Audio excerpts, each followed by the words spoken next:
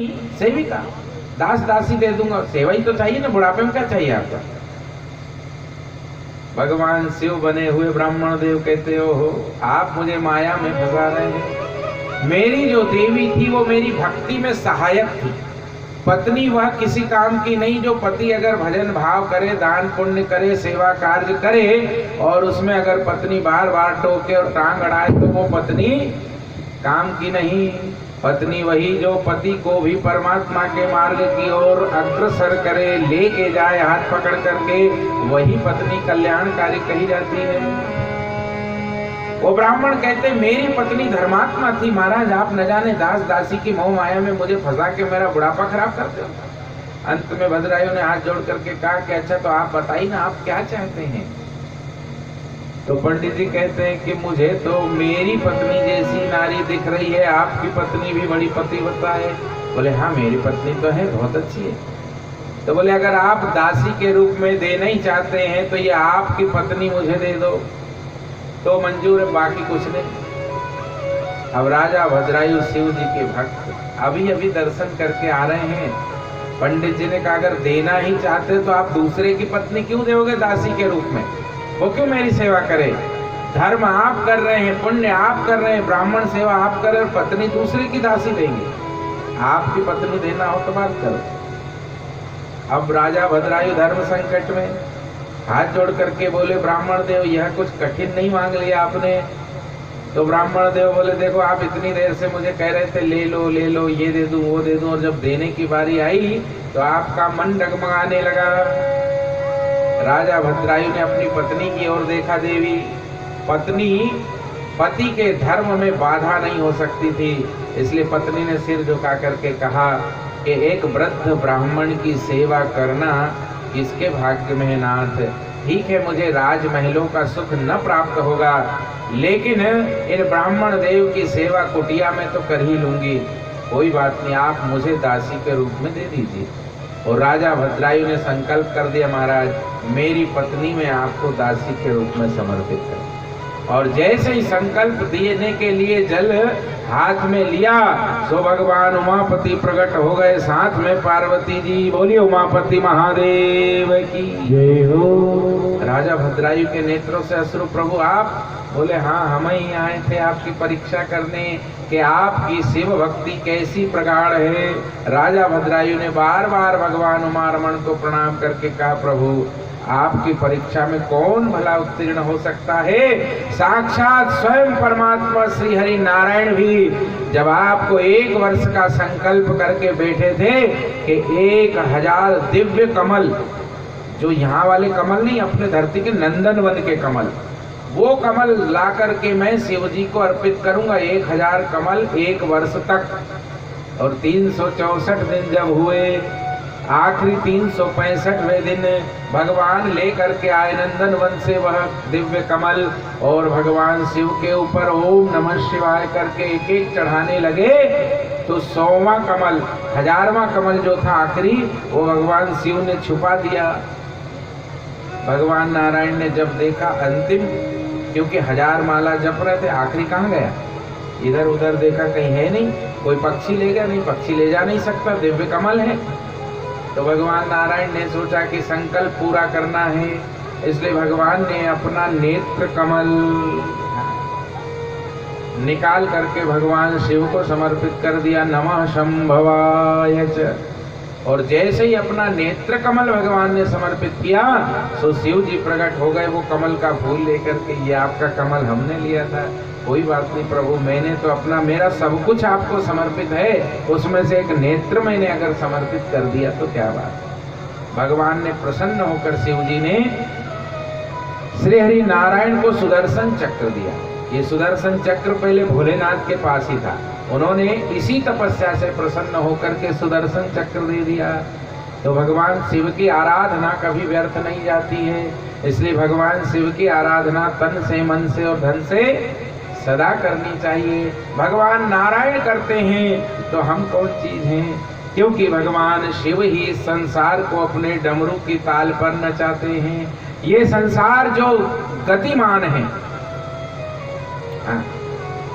वैज्ञानिकों ने एक बार परमाणु के भी अणु की खोज करी, माइक्रो परमाणु, और जब उसकी जांच करी तो उसमें भी जीव है, वह भी नाचता है। और आश्चर्य की बात कि वो केवल अपनी ध्वनि से नहीं नाचता है, उसको जितनी बार वैज्ञानिकों ने देखा वो उतनी बार अलग मूवमेंट करता है, जितनी बार देखो वो अलग करता है। मतलब वो जान रहा है कि आप मुझे देख रहे हैं। कौन? अणु, परमाणु, अणु से भी छोटा अणु। इसलिए वैज्ञानिकों ने कहा कि जो सत्य सनातन धर्म को मानने वाले लोग भगवान शिव को ब्रह्मांड का जनक मानते हैं, और शिव का वह स्वरूप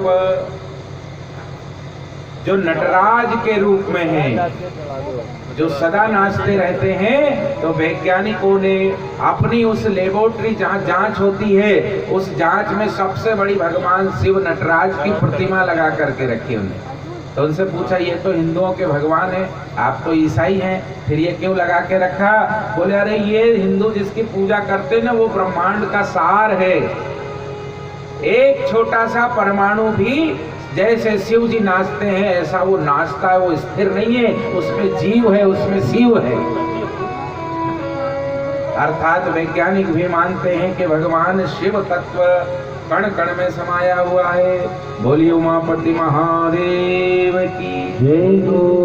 कि डम डम डमरू भोला बजाए रे, नाचे सब संसार भोला, नाच नचाए रे,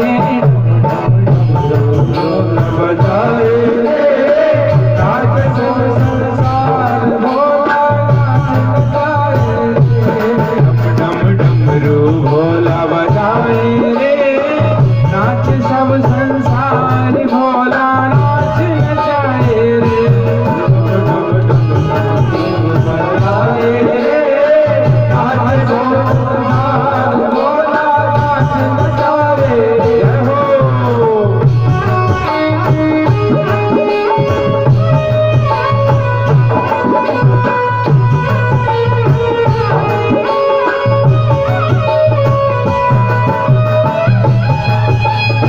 जिसको नाचना है आ जाइए, 1 घंटे का समय है, शर्माओ मत।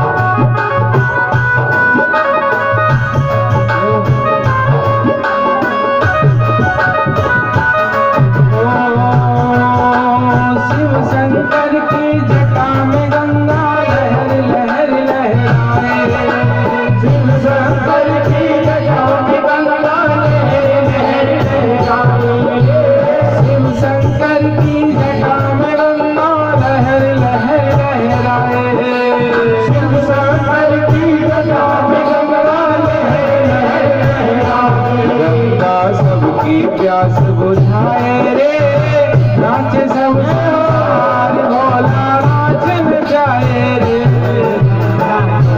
प्यास बुझाए रे, नाच सब संसार भोला, नाच नचाए रे, डम डमरू भोला बजाए रे, नाच सब संसार भोला, नाच नचाए रे, भोला डम डमरू बजाए रे, नाच सब संसार भोला, नाच नचाए हो।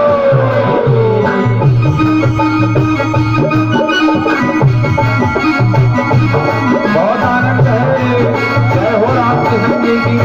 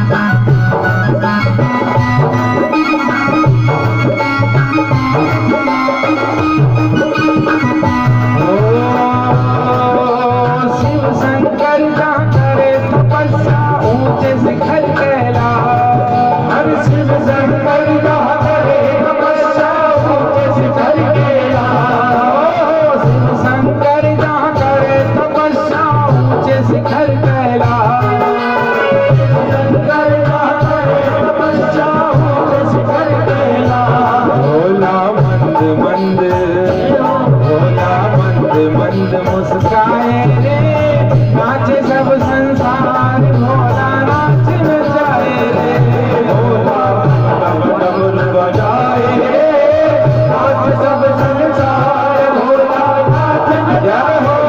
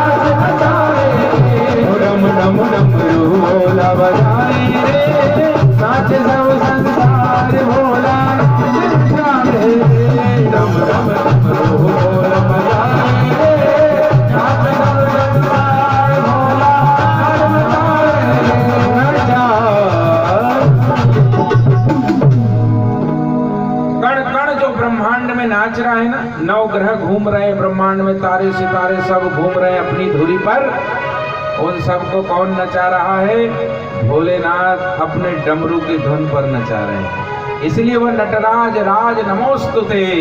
इसलिए वैज्ञानिकों ने भी वह नटराज की मूर्ति को माना कि ये जो सनातनी हिंदू मानते हैं ना नटराज, वाकई यही ब्रह्मांड का मॉडल है।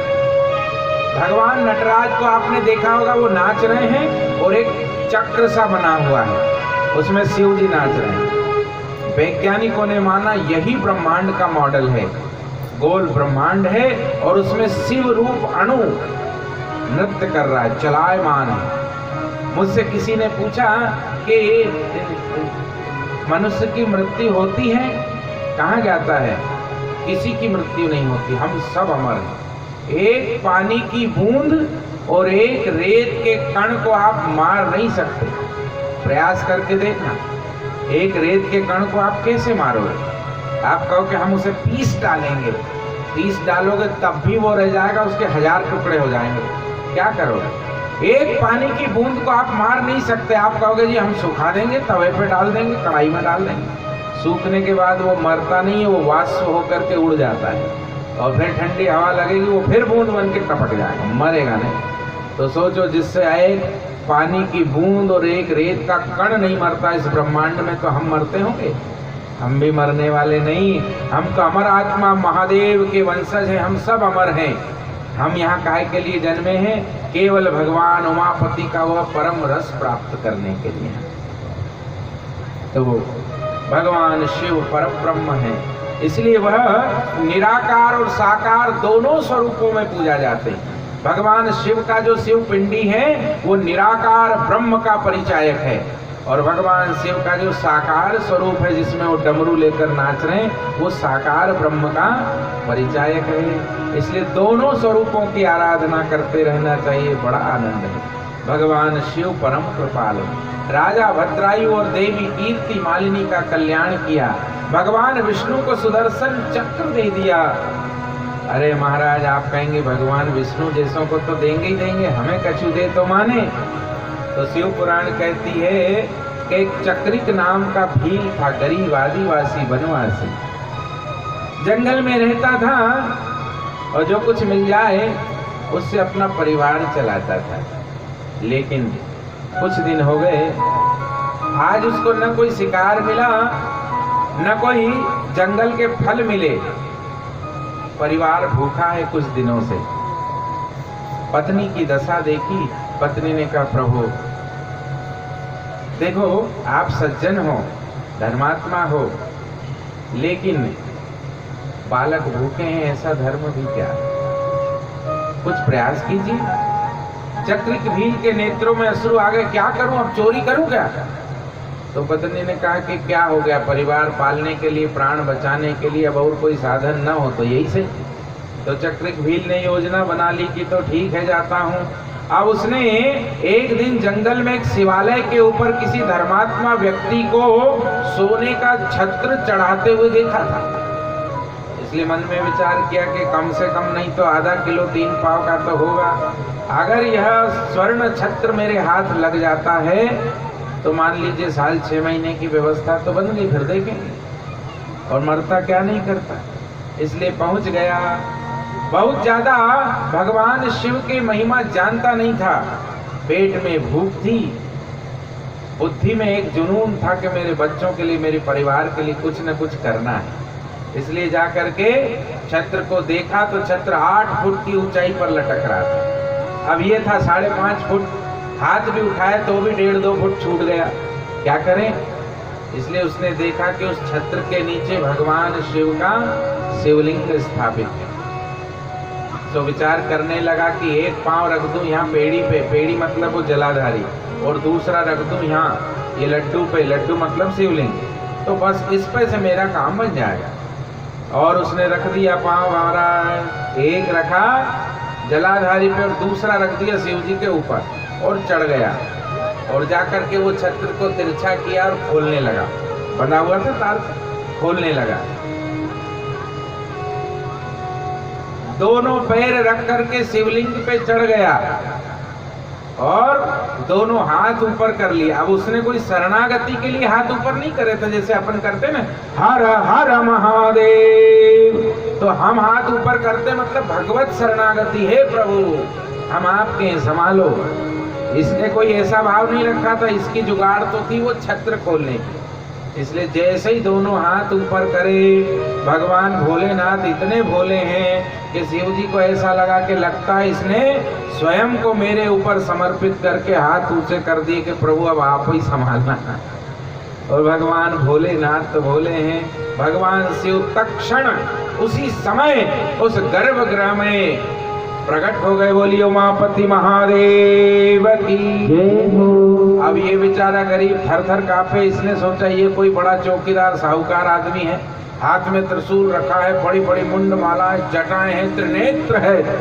थर थर कांपने लगा, हाथ जोड़ करके कहता दादा दादा मैंने कुछ नहीं किया। शिव जी कहते हैं अरे तूने कुछ नहीं करके ही तो बहुत कुछ कर दिया। लोग लोटा भर के जल चढ़ाते, चावल चढ़ाते, धतूरा चढ़ाते, बेलपत्ती चढ़ाते, तू पहला आदमी है जिसने सर्वस्व चढ़ा दिया, अपने आप को ही चढ़ा दिया। रावण जैसे मेरे भक्त हुए जिनने भी केवल खोपड़ी चढ़ाई, सिर काट के चढ़ाए, तू पहला भक्त मिला जिसने अपने आप को ही चढ़ा दिया, पूरा खड़ा हो गया मेरे ऊपर भोलेनाथ। अब ये मन में सोचता है कि मैंने कोई कुछ नहीं चढ़ाया, मैं तो माल लेने आया था, दादा को कुछ गड़बड़ हो रही है। तो कहने लगा भोलेनाथ देखिए आपको लग रहा है मैं तो, भगवान बोले हाँ तूने जैसे ही ऊपर हाथ करे मैं समझ गया, इसलिए तो प्रकट हुआ हूँ, बोल क्या चाहता है। अब क्या मांगे चक्री। इसके बाप दादों ने कभी नहीं मांगे, तो मजदूरी करते थे, शिकार करते थे, बनवासी, मांगना कुछ आता नहीं है। भगवान शिव समझ गए और भगवान ने कहा मैं समझ गया, तुझे समझ नहीं आ रहा क्या मांगू। बोले हाँ आप ही दे दो जो देना हो। तो भगवान ने कहा तथास्तु कल्याण हो तेरा।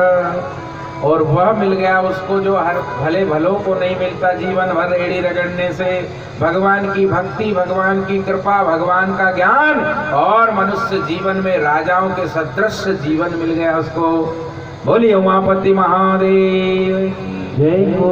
इसीलिए चक्रिक भील हाथ जोड़ करके कहता है प्रभु मुझे तुमने दाता बहुत कुछ दिया है। दिया तो हमें भी बहुत कुछ है, बस हम मानने को तो राजी नहीं है। हम ऐसा मानते हैं, अच्छा हो जाता है तो हम कहते हैं कि अब मैंने करा, और कहीं बुरा हो जाता तो कहते भगवान ने करा। हम यही करते हैं। अच्छा हो गया तो कि मैंने करो, अरे भैया मैं नहीं जाता तो वो काम हो रहा तो वो कोई कर नहीं सकता। और कहीं बुरा हो जाता है तो फिर कहते हैं भैया भगवान की मर्जी, जो करो सब भगवान ने करो, मैंने कहा। अच्छा, ये मनुष्य की 2.5 किलो की खोपड़ी है ना, बहुत टेढ़ी है जी। लेकिन चक्रिक भील तो भक्त हो गया। मुझे तुमने दाता बहुत कुछ दिया है, तेरा शुक्रिया है, तेरा शुक्रिया। मुझे तुमने दाता बहुत कुछ दिया है, तेरा शुक्रिया है, तेरा शुक्रिया है। मुझे तुमने दाता बहुत कुछ दिया है, मुझे तुमने दाता बहुत कुछ दिया है। मुझे तुमने मालिक बहुत कुछ दिया है, मुझे तुमने मालिक बहुत कुछ दिया है। तेरा शुक्रिया है, तेरा शुक्रिया, तेरा शुक्रिया है, तेरा शुक्रिया, तेरा शुक्रिया है, तेरा शुक्रिया, तेरा शुक्रिया है, तेरा शुक्रिया।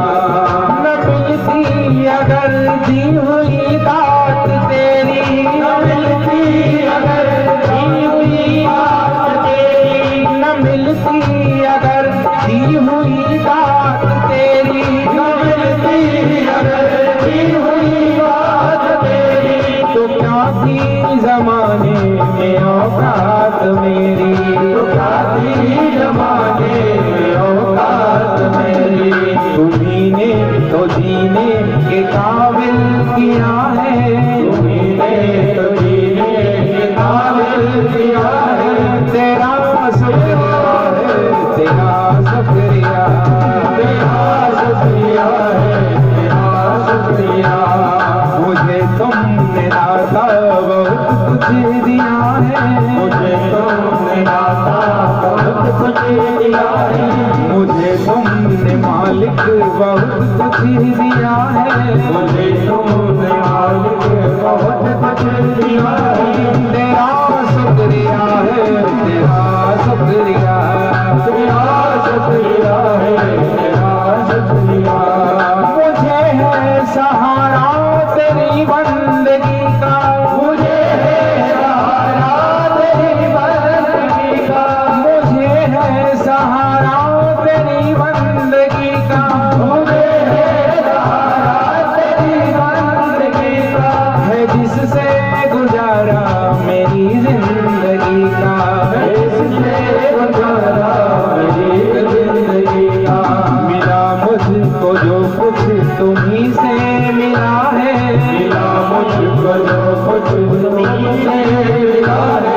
तेरा शुक्रिया है, तेरा शुक्रिया, तेरा शुक्रिया है, तेरा शुक्रिया। मुझे तुमने दाता बहुत कुछ दिया है, मुझे तुमने दाता बहुत कुछ दिया है।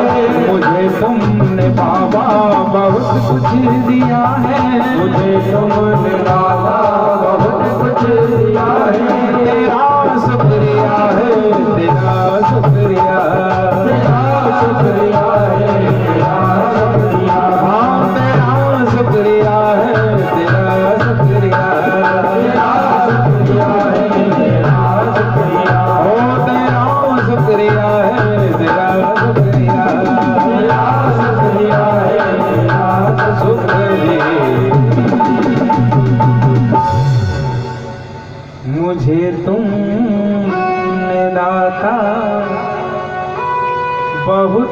कुछ दिया है। देखिए, हम इस तरह की बीमारी से ग्रसित हो गए कि भगवान ने हमको बहुत अनमोल सब कुछ दिया है, लेकिन हम न जाने कौन सी बीमारी में है कि हम ऐसे कागज के टुकड़ों के पीछे लगे हैं, ऐसी एक फिगर बनाने में लगे हैं कि हम अशांत हो गए, असंतुष्ट हो गए। मुझे तुमने दाता, कभी मुड़कर अपने आप को देखें, किसी ऐसे व्यक्ति को देखें जिसके दोनों पांव नहीं हैं, किसी ऐसे व्यक्ति को देखो जिसके दोनों आंख नहीं है, किसी ऐसे व्यक्ति को देखो जिसके हार्ट में छेद है, किसी ऐसे व्यक्ति को देखो जिसे जन्मजात लकवा लगा है, और फिर देख करके सोचो भगवान ने अपने को कम दिया है क्या? मुझे तुमने दाता बहुत कुछ दिया है, तेरा शुक्रिया है, तेरा शुक्रिया। हम भगवान से सदा शिकायत करते रहते हैं, हमें ये नहीं मिला, हमें ये नहीं मिला। तो भगवान कहते हैं कि तुम्हें जो मिला उसका धन्यवाद तो दे दो। राम कथा जब होती ना, तो रामायण में सुग्रीव बाबा का ऐसा ही था। सुग्रीव को भगवान ने जो दिया, सुग्रीव ने उसका कभी धन्यवाद नहीं दिया, बार बार मांगता ही रहा, मुझे मेरे भाई को मार दो, मुझे राज दे दो, मेरी पत्नी लौटा दो, मुझे ये दे दो। तो भगवान ने कहा कि तुझे जो दिया है, क्या दिया? दर्शन दिए, कृपा दी, हनुमान जैसा मेरा दास मैंने तेरे साथ रख दिया। मूर्ख, तूने कभी उसका धन्यवाद किया नहीं, और मेरा भाई मार दो तो मुझे राज्य दे दो, मैं घरवाली दिला दो, मांगते ही फिर भिखारी पैदा हुआ। इसलिए भगवान ने हमें जो दिया है, पहले उसका धन्यवाद और उसका ऋण चुका लो, उसके बाद नया मांगना है। हम लोग क्या गलती करते हैं कि जो दिया उसके बारे में कभी बात नहीं करते, नया मांगते हैं। इसलिए भगवान को कभी कभी लगता है कि वो कैसे हैं। इसलिए भगवान ने कहा कि गुरु करो जीवन, क्योंकि गुरु आपको सिखाएंगे कि भगवान ने आपको दिया क्या है। और कभी तो बैठकर धन्यवाद करो। हम जब भी मंदिर जाते हैं, जब भी हम पूजा करते हैं, कुछ ना कुछ लौदा मांगे बिना घर नहीं आते हैं। भगवान क्यों दे दियो, भगवान ऐसा कर दिया, भगवान तुम्हें बाप का नौकर है। कभी तो बैठ करके कहे, प्रभु मुझे तुमने बाबा बहुत कुछ दिया है। हजारों कामनाएं हमारी पूरी करी, तब से अब तक कितनी बार आपने दंडवत करके कहा, प्रभु बहुत बहुत धन्यवाद। मुझे तुमने बाबा बहुत कुछ दिया है, तेरा शुक्रिया है, तेरा शुक्रिया। हे भगवान, आपका धन्यवाद। आपने हमें ये आंखें दी, हम आपकी दुनिया देख रहे हैं। आपने हमें चरण दिए, हम ये दुनिया घूम रहे हैं। आपने हमें कान दिए, हम आपकी मधुर संगीत जो डमरू से निकले, सातों स्वर सामवेद कहता है, आपका संगीत सुन रहे हैं, आपकी वाणी सुन रहे हैं।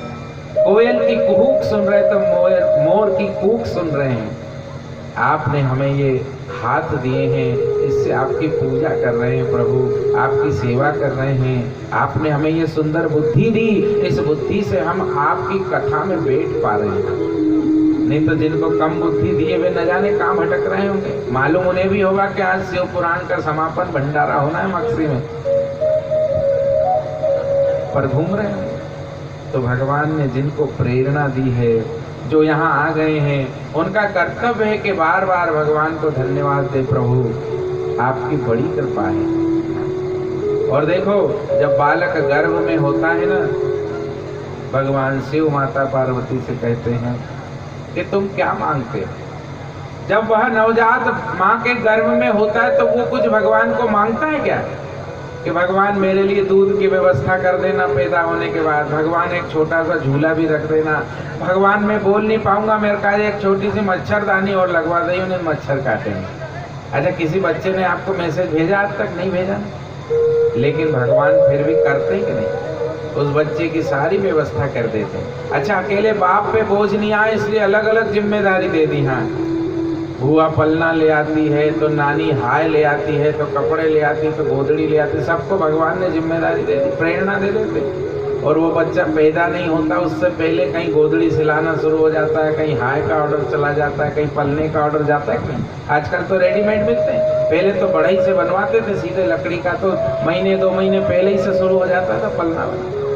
वो बच्चा मांग नहीं रहा है, लेकिन भगवान व्यवस्था कर रहे हैं। ऐसे ही ज्यादा मांगने की जरूरत नहीं, आप तो भगवान से प्रेम तो करो।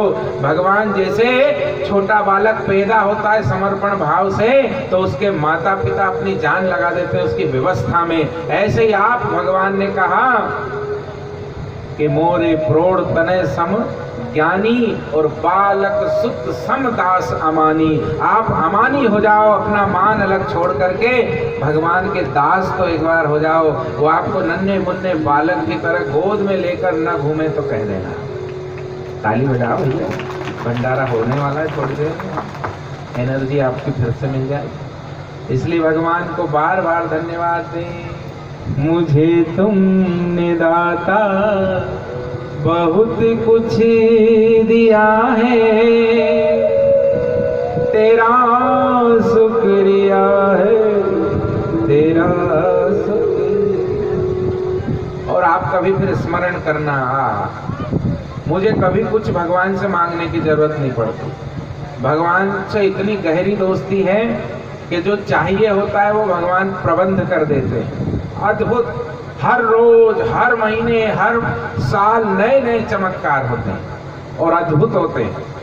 हाँ, उनको बताने में संकोच होता है कि नहीं बताएं, लेकिन आप महसूस तो करिए, हर कदम पे भगवान हमारे साथ। हम अपनी जितना चिंता नहीं करते, भगवान उससे ज्यादा अपनी चिंता करते हैं। हमारी चिंता हम खुद नहीं कर पाते, वो हमसे ज्यादा कर लेते हैं।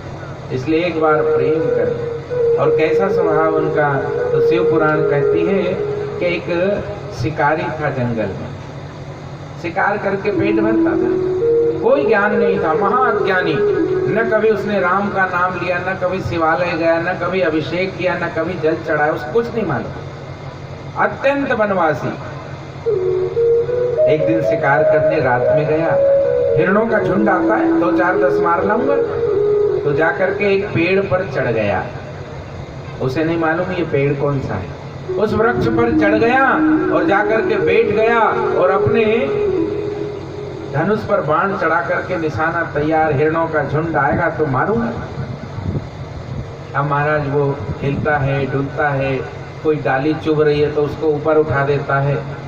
ये सब करने से वो वृक्ष के कुछ पत्ते झड़ते हैं, और वो वृक्ष कौन सा था? बिलीपत्र, बिल्व वृक्ष का वह वृक्ष था जिस पे ये शिकारी चढ़कर जाके बैठ गया और बैठ के शिकार की प्रतीक्षा कर रहा है। पत्र टूटते जा रहे हैं, नीचे गिरते जा रहे हैं। नीचे उसी वृक्ष के नीचे किसी धर्मात्मा ने भगवान शिव का शिव कुंडी स्थापित कर दी थी। वह एक एक बिलीपत्र टूट टूट करके भगवान शिव के ऊपर गिर रहे हैं अनायास। इसको मालूम भी नहीं है कि मेरे द्वारा ऐसा कुछ हो रहा है। अब इतने में रात के बज गए 12-2 और कहीं माह का महीना था, तो थोड़ी बहुत फुहार आ गई, पानी के छींटे आ गए, तो वह पानी के छींटे इसके सिर पर गिरे, सिर से लेकर कंधे पर, कंधे से आए हाथ पे, और हाथ की कोहनी से धनुष से पकड़ रखा। वो कोहनी से टपकते हुए वो छींटे भी शिव जी पर जाने लगे। अब देखो, इसका अभिषेक भी हो रहा है और बिलपत्ती भी चढ़ रही है, और इसे मालूम कुछ नहीं है। और रात्रि कौन सी थी? शिवरात्रि। शिकार रात भर नहीं मिला, हिरणों का झुंड आया नहीं इसके निशाने पर, इसलिए रात भर वहां मन लगा करके बैठा रहा शांत मन से। बस कब आए हिरण कब मारू, शांत मन से बैठा रहा। जल टपक रहा है उसके द्वारा, पानी तो आसमान से आ रहा पर उसको छूकर गिर रहा है, इसलिए वो कारण हो रहा है। जैसे हम शिव जी का अभिषेक करते हैं तो भगवान शिव के ऊपर कलश बंधा रहता है, हम थोड़े डाल रहे, हम तो क्या करते हैं, पंडित जी उसमें डोरे बांध देते हैं बहुत सारे, और हमें डोरा पकड़ा देते हैं ना, हम तो डोरा पकड़ के बैठे रहते हैं अभिषेक का। बस हमको छू कर हम आधार बन रहे हैं कि हमने पकड़ रखा है, और वह कलश में से जल शिव जी पर चढ़ता है, पुण्य हमें मिल जाता है। ऐसे ही ये शिकारी बैठा है बिल्व वृक्ष के ऊपर, इसके हिलचाल करने से कुछ पत्ते झड़ करके गिर रहे नीचे वो शिव जी पर, और बारिश का पानी आता है तो वह बूंद भी इसको छूकर शिव जी पर जा रहे। और रात्रि उस दिन शिवरात्रि है, रात भर शिकार की प्रतीक्षा में अनायास रात्रि जागरण और हो गया। ओहो, अब क्या पूछते हैं। ऐसे भोले भाले भक्तों पर ब्रह्मा जी कहते हैं नारद, और सूत जी कहते हैं सौनकादि भगवान शिव प्रसन्न हो गए। और सवेरे सवेरे ब्रह्म मुहूर्त में बाबा भोलेनाथ उस वृक्ष के नजदीक प्रकट हो गए। बोलिए उमापति महादेव की जय हो। शिव जी को इसने देखा, इसने सोचा ये तो कोई मेरे से बड़ा शिकारी लगता है, सो डर के मारे नीचे उतर आया। बोले आप कौन हो? शिव जी का वेशभूषा भी थोड़े बनवासी जैसी थे, उगाड़े रहते हैं, भभूत लगाए रहते हैं, हाँ मुंड माला पहनी जटा है, तो उसको लगा अपनी जाति वाला है कोई, पर है बड़ा शिकारी, हाथ में त्रिशूल है। तो पूछता है बाबा आपको भी आज शिकार नहीं मिला क्या? शिव जी कहते नहीं हमको तो मिल गया। कहाँ मिला? बोले तुम मिल गए ना, तुम्हारे काजे आए। वो कहता मेरे काजे मुझे मारोगे? बोले मारेंगे नहीं, हम तो तुम्हें तारेंगे। कैसे? बोले बड़े बड़े मेरे भक्त जो नहीं कर पाते हैं वो तुमने अनायास निराभिमानी भाव से कर दिया। सबसे बड़ी बात है वही, गीता में भगवान ने कहा निर्मान मोहा जित संग दोस्त। हम क्या करते हैं कि हमने अगर एक लोटा जल भी चढ़ाया तो उसका मान रखते हैं। जब तक रास्ते में मिले 10-20 लोगों को बुला बुला के नहीं कि कहा भैया कहाँ जा रहे? खेत में। अरे हम तो मंदिर गए थे, मंदिर में जल चढ़ाया, गए थे हम होशंगाबाद, वहां से भर के लाए। ऊपर रोज आता हूँ, पर नर्मदा जी का जल चढ़ाता हूँ। मतलब मान है, मैं कर रहा हूँ, ये हम जताए बिना मानते नहीं है हम। और 2-4 लोग नहीं देखें तो घंटी बजाएंगे, शंख बजाएंगे, उन्हें बुलाएंगे देखो हम अभिषेक कर रहे हैं। और वो थोड़ा भगवान को कम पसंद। और इसको पता ही नहीं था कि कब मेरी बिलपत्ती चढ़ रही, कब मेरे जल चढ़ रहे और कब मेरा रात्रि जागरण हो गया। निर्मान मोहा, कोई मान नहीं है, मैं करता नहीं हूँ। और जब हम कर्तृत्व तो अभिमान से छूटते हैं तो वह स्थिति हमारी साधु की होती है। वही स्थिति साधु की होती जब हमें अभिमान नहीं होता, हम बालक के समान सरल हो जाते हैं। एक सेठ जी और एक साधु बाबा रेल में यात्रा कर रहे थे, बैठे भोपाल से कहाँ जाना है कि दिल्ली। अब सेठ जी के पास 4 बैग और साधु बाबा के पास 5 बैग, क्योंकि उन्हें कुंभ में जाना था तो जरा सामान ज्यादा लगता है। तो सेठ जी मन में विचार कर रहे कि भैया जे कैसो बाबा है, हम पे 4 है, जब 5 बैग है, हमारे पास सामान कम, इसके पास ज्यादा सामान है, हमारी जेब में तो 100-200 रुपये दिख रहे, इसकी जेब में तो गिट्टी दिख रही। अब वे तो कुंभ में भंडारा करने जा रहे। तो सेठ जी को हुआ कि जैसे अच्छे तो फिर हम ही हैं यहाँ, काय के बाबा। महात्मा जी समझ गए कि ये सोच रहा है कि इससे अच्छे तो फिर हम हैं, इसलिए महात्मा जी ने अगला स्टेशन आया तो सेठ जी से कहा आओ चाय पी लेते हैं। सेठ जी ने कहा हाँ चलो पी लेते हैं। अब दोनों चाय पीने लगे, इतने में ट्रेन चल दी। तो वो सेठ घबराया, अरे बाबा चलो जल्दी बैठे, अपना सामान है, ट्रेन जा रही। बाबा ने कहा अरे छोड़ो, ट्रेन तो आती है, ट्रेन तो जाती है, क्या करना। बोलता अरे इसमें बैग है, पैसे दे ले, सब सामान है मेरा, समझीघर जा रहा हूँ। बाबा के क्या फर्क पड़ता है, सामान जाएगा तो सामान आएगा, क्या करना, जीवन है। वो सेठ महाराज के हाथ जोड़े, भैया तुम बाबा हो, तुम्हें कछु फर्क नहीं पड़ेगा, हम थोड़े बाबा हैं। तो सेठ जी से बोले साधु का अच्छा तुम आधे घंटे पहले ट्रेन में तो कह रहे थे कि तुम में और हम में क्या फर्क, तुम पे भी बैग हम पे भी बैग, तुम भी रिजर्वेशन में हम भी रिजर्वेशन में, तुम्हारी जेब में पैसा हमारी जेब में पैसे, तुम भी दिल्ली जा रहे हम भी दिल्ली जा रहे, तो तुम हम बराबर। अब अगर बराबर हो तो जाने दो, मरने दो, मिलेंगे बैग सामान, क्या करना, चलो कहीं जाके मंदिर में भजन करते। सेठ ने कहा नहीं भैया हमसे नहीं हो पाए तुम्हारे लिए। कहने का मतलब निर्मान मोहा जित संग दोषा अध्यात्म नित्या विनिवृत्त कामः। विनिवृत्त कामः, कामना करते से दिखते हैं पर उनके अंदर कामना है नहीं, क्योंकि वो जो कामना कर रहे हैं वो अपने लिए नहीं, वो समाज के लिए कर रहे हैं। हम जैसे लोग कहते भैया पुराण करा लो, तो हमें क्या मिलेगा सिवाय धाड़की के? हमें मालूम तुम इतने बड़े दाता तो हो नहीं, 5 लाख का चेक पकड़ा दोगे, मिलना तो वही मजदूरी। लेकिन फिर होता क्या है, विनिवृत्त कामः, संसार के हित के लिए साधु दिन रात लगा रहता है। और आज दुनिया में थोड़ा बहुत जो सुख, शांति, आनंद, उत्सव दिखता है ना, वो महापुरुषों के प्रयास से ही दिख रहा है। अगर महापुरुष प्रयास छोड़ देते तो आप देखो बाकी धर्मों की हालत, वहाँ भयंकर कीचड़ मच रहा है। जितने भी बाकी संप्रदाय धर्म है वहाँ देखो, वहाँ जो सत्य सनातन धर्म में सुख और शांति है वैसी किसी धर्म में नहीं। कई संस्कृतियां समाप्त हो गई, डच, हूण, यहूदी, पारसी खत्म हो गए। कहाँ गए? ईरान का नाम पर्सिया था, पारसी रहते थे वहाँ, खत्म। इस्लामिक स्टेट है वो। क्यों? क्योंकि वहाँ संत नहीं होते थे, और जहाँ संत नहीं होते थे वो समाज सुरक्षित नहीं रहता, वो बिखर जाता है। इसलिए संत माली के समान होते हैं। जैसे माली बाग को सजाए रखता है, हरा रखता है, भरा पूरा रखता है, ऐसे ही संत समाज को खुशहाल रखते हैं। इसलिए हमारे महापुरुष, हमारे पूर्वज जो थे वो साधुओं पर बलि जाते थे, बलिहार जाते थे कि महाराज आपकी जय हो। इसलिए प्रभु बोलिए उमापति महादेव की जय हो। तो समय 1 बज चुका है। शिकारी ने शिवरात्रि अनायास कर ली, भगवान शिव ने उसका भी कल्याण कर दिया। बहुत कुछ कहने के लिए तो है, लेकिन समय की अपनी मर्यादा है। और आज भंडारा है, समापन दिवस है। आप लोगों को भी भूख लगी होगी। जो चतुर चालाक हैं वे तो कचून कचू खा के आए होंगे, मुझे मालूम है। लेकिन जो शिव जी के भोले भाले भक्त हैं वे वैसे ही उठ के आ गए होंगे। इसलिए देखो, भोले भालों की चिंता ज़्यादा करनी पड़ेगी। जो खा पी के आए उन्हें धन्यवाद, बुरी बात नहीं, नाश्ता पानी कर ही लेना चाहिए। आयुर्वेद में भी लिखा है 1 पहर के बाद कुछ न कुछ खाना चाहिए, नहीं तो फिर बीमारियां बढ़ती है, गैस बनती है, एसिडिटी होती है। इसलिए 1 पहर मतलब सवेरे 6 से 9 बजे के बाद ज़्यादा देर भूखा नहीं रहना चाहिए, कुछ न कुछ अल्पाहार ले लेना चाहिए, ऐसा आयुर्वेद कहता है। तो भगवान शिव के चरणों में बार बार प्रणाम है, कोटि कोटि प्रणाम है। कहने के लिए हरि अनंत, हरि कथा अनंता है। नारद जी ब्रह्मलोक में शिव महापुराण सुन रहे हैं। ब्रह्मा जी ने आज अंतिम दिन भगवान शिव की भक्ति का निरूपण किया।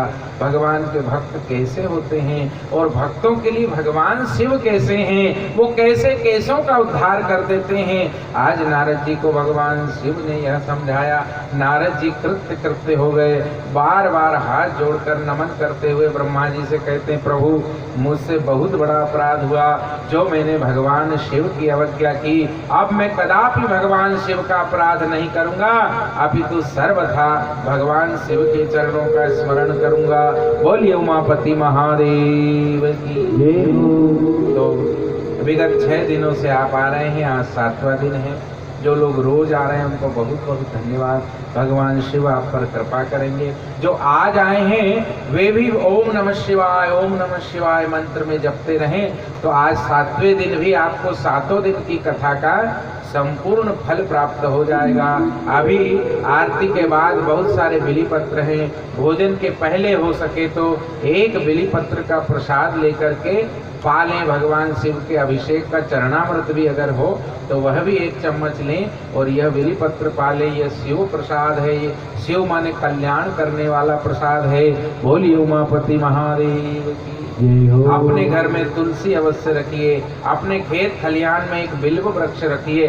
जिसके खेत खलियान घर में बिल्व वृक्ष होता है उसका कभी वंशनाश नहीं होता है। जब तक उस वृक्ष की बिलपत्ती कोई भी शिव जी को चढ़ाएगा तब तक उसका वंश फलता फूलता रहेगा, ऐसा भगवान कहते हैं।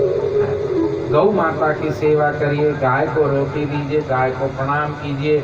गौ माता के चारों चरणों की रज मस्तक पर लगाइए, इससे सत्वगुण की वृद्धि होती है। और सत्वगुण वाला व्यक्ति ही भक्ति कर सकता है, रजोगुण और तमोगुण वाला व्यक्ति निष्काम भक्ति कभी नहीं कर सकता है। इसलिए सत्वगुण की वृद्धि कीजिए, बार बार भगवान का नाम उच्चारण कीजिए। अपने घर की सारी दीवारों पर, मैं कई महलों में जाता हूँ, बड़े बड़े भवनों में, तो मेरा काम ये है। उस दिन कटारा भी गए थे तो हम लोग क्या, आपको क्या लगता है कि हम आपके घर चाय पीने जाते हैं और आपके वो 100 रुपया लेने जाते हैं? नहीं महाराज, हम आपके घर जाते हैं आपके घर में धर्म की स्थापना करने। इसलिए हम देखते हैं तुलसी माता है कि नहीं, नहीं है तो कहते हैं तुलसी लगाओ। गौ माता है कि नहीं, नहीं है तो खलिहान में तो रखो, नहीं घर रख सकते, एक गाय जरूर होनी चाहिए। आपके घर की दीवारें आपने बढ़िया पीओपी करवा ली है, बढ़िया एशियन पेंट 15-15 हजार रुपए लीटरों के आपने कलर पुतवा रखे, सब अच्छा है, लेकिन घर की दीवार तब तक कीमती नहीं होगी जब तक उस दीवार पे भगवान के चित्र न लग जाए।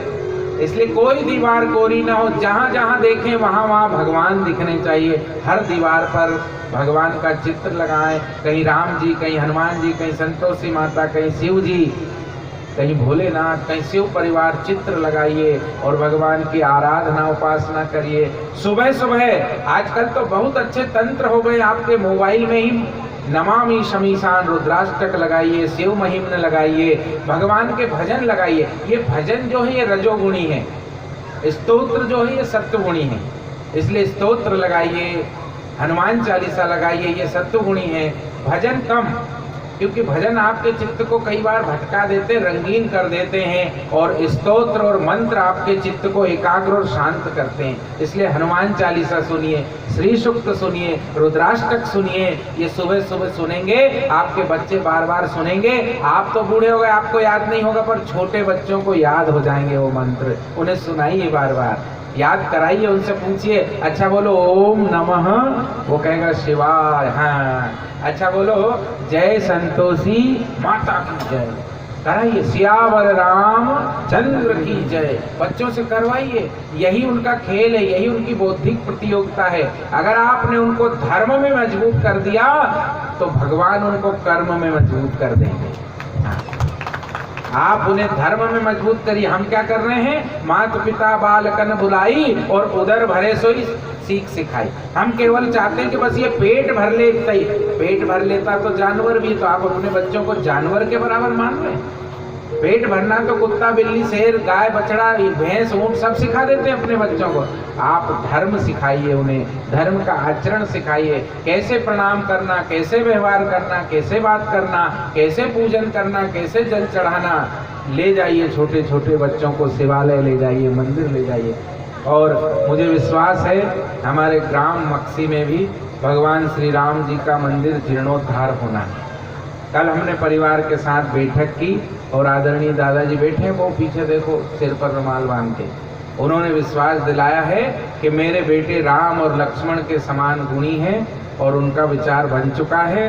बस प्रभु राम जी कृपा कर दे, हनुमान जी महाराज एक बार जरा सहारा लगा के उनको ला के खड़ा कर दे, साल 2 साल के अंदर मक्सी में भव्य श्री राम मंदिर का निर्माण होने जा रहा है। मंदिर तो है, उसका जीर्णोद्धार होना है।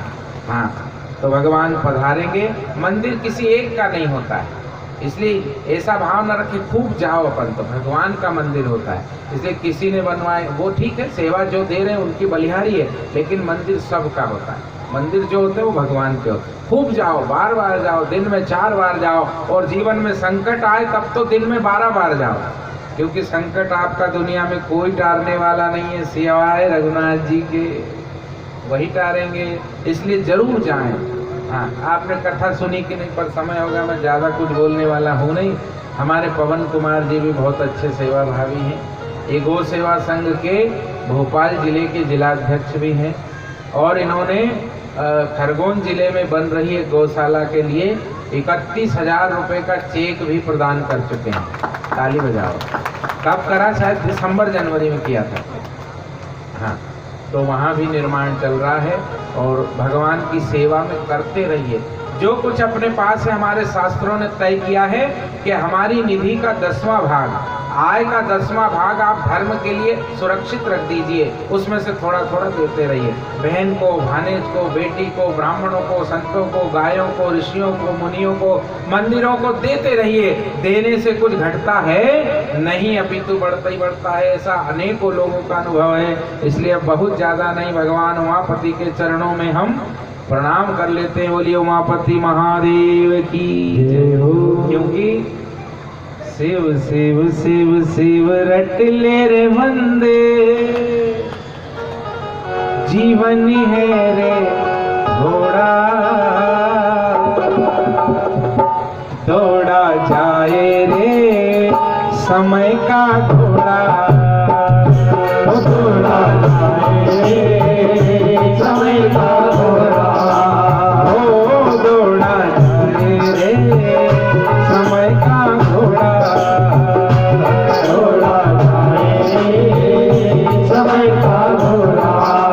शिव शिव शिव शिव रख ले रे बंदे, शिव शिव रख ले रे बंदे, शिव शिव शिव रख ले रे बंदे, शिव शिव रख ले रे बंदे, शिव शिव शिव शिव रख ले रे बंदे, शिव शिव रख ले रे बंदे। जीवन है रे थोड़ा, दौड़ा जाए रे समय का घोड़ा, ओ दौड़ा जाए समय का घोड़ा, हाँ दौड़ा जाए रे समय का घोड़ा, दौड़ा जाए समय का घोड़ा हो।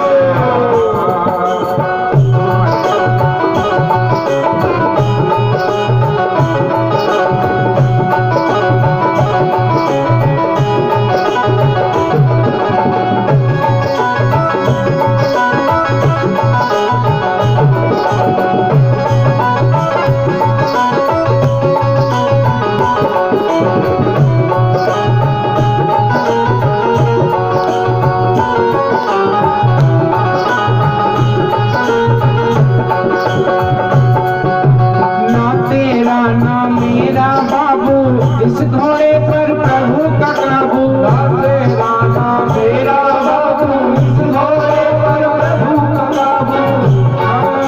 ना तेरा ना मेरा बाबू, इस घोड़े पर प्रभु का काबू, ना तेरा ना मेरा बाबू, इस घोड़े पर प्रभु का काबू। ना तेरा ना मेरा बाबू, इस घोड़े पर प्रभु का काबू, ना तेरा ना मेरा बाबू, इस घोड़े पर प्रभु का काबू। परम उत्साही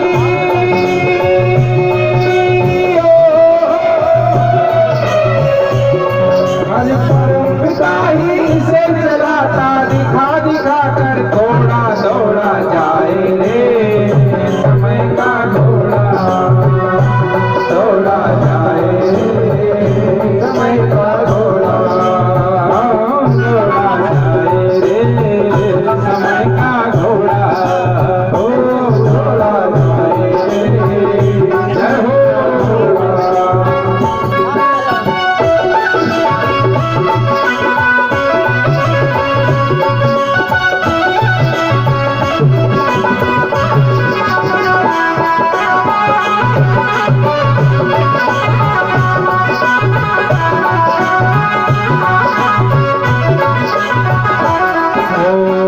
कदी कदी गाडरा सो सिंह हार जावे, कदी कदी गाडरा सो सिंह हार जावे, कदी कदी गाडरा सो सिंह हार जावे, समय को भरोसो कोनी कद पलटी मार जाओ, समय को भरोसो कोनी कद पलटी मार जाओ, समय को भरोसो कोनी कद पलटी मार जावे, समय को भरोसो कोनी कद पलटी मार जावे। हो कदी कदी गाडरा सो सिंह हार जावे, कदी कदी गाडरा सो सिंह हार जावे, कदी कदी गाडरा सो सिंह हार जावे, समय को भरोसो कोनी कद पलटी मार जावे, समय को भरोसो कोनी कद पलटी मार जावे, समय को भरोसो कोनी कद पलटी मार जावे, समय को भरोसो कोनी कद पलटी मार जावे। ओ शिव शिव शिव शिव रट ले रे बंदे, शिव रट ले रे बंदे, शिव शिव शिव शिव रट ले रे बंदे, शिव शिव रट ले रे बंदे। जीवन है रे थोड़ा, दौड़ा जाए रे समय का घोड़ा, दौड़ा जाए समय का घोड़ा, दौड़ा जाए समय का घोड़ा,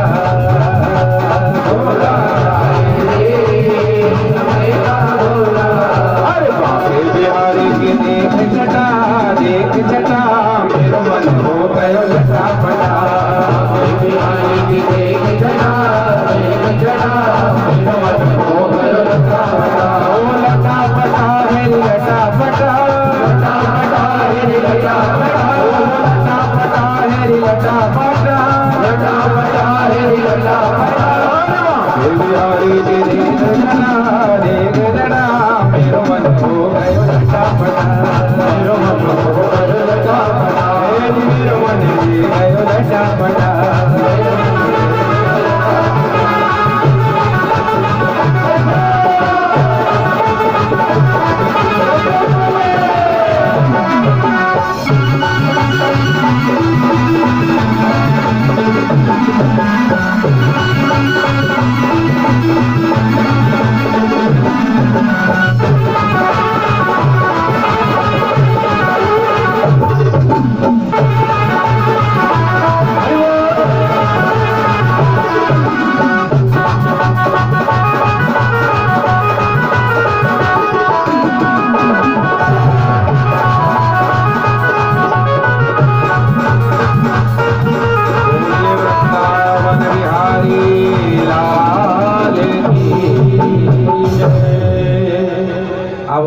जल्दी से आचार्य वर्ग पूर्णाहुति करवा देंगे, पुराण पूजन करेंगे।